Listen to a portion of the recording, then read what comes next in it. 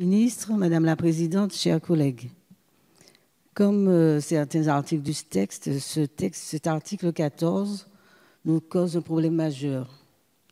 Cet article, effectivement, habilite le gouvernement à procéder par voie d'ordonnance à une nouvelle rédaction des schémas d'aménagement régionaux des régions d'outre-mer. C'est vrai que l'intention peut être louable, puisque nous parlons de sécuriser juridiquement les SAR, de les actualiser, de les clarifier, de les simplifier.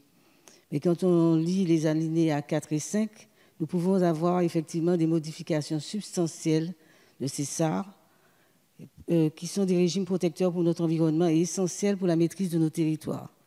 Chers collègues, les SAR sont les principaux outils de planification de l'aménagement des territoires ultramarins. Notre collègue tout à l'heure le disait.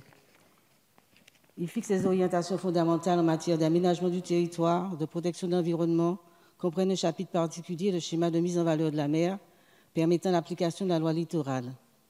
Les SAR sont des documents d'urbanisme à valeur prescriptive et opposable. Ils s'imposent aux documents d'urbanisme locaux, les SCOT et les PLU, qui doivent être compatibles avec leurs dispositions. Vous comprenez donc l'importance qu'ont ces SAR pour nos territoires.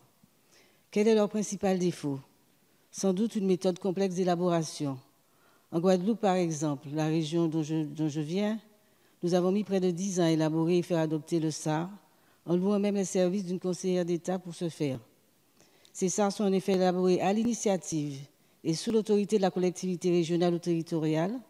Leur contenu fait l'objet d'une large consultation de l'ensemble des acteurs, État, départements, communes, EPCI, syndicats mixtes chargés de l'élaboration et de l'approbation des SCOT et chambres consulaires. Le document est d'une telle importance que c'est au Conseil d'État et non pas au président de la collectivité ou au préfet de l'approuver. Le SAR est adopté par le Conseil régional, puis approuvé en Conseil des ministres après avis et décret en Conseil d'État.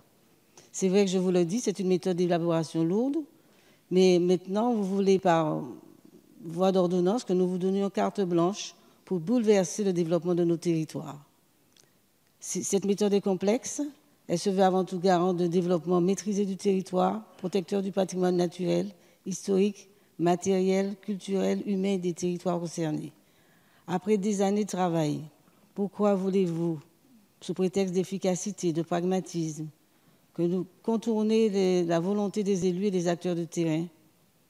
Chers collègues, après le débat sur la loi littorale, et je remercie le rapporteur et messieurs les ministres de leur sagesse, ne mettons pas en péril notre développement ni notre environnement par ces ordonnances.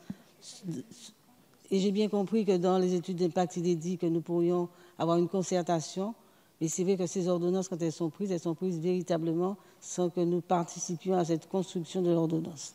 Merci. Je vous remercie.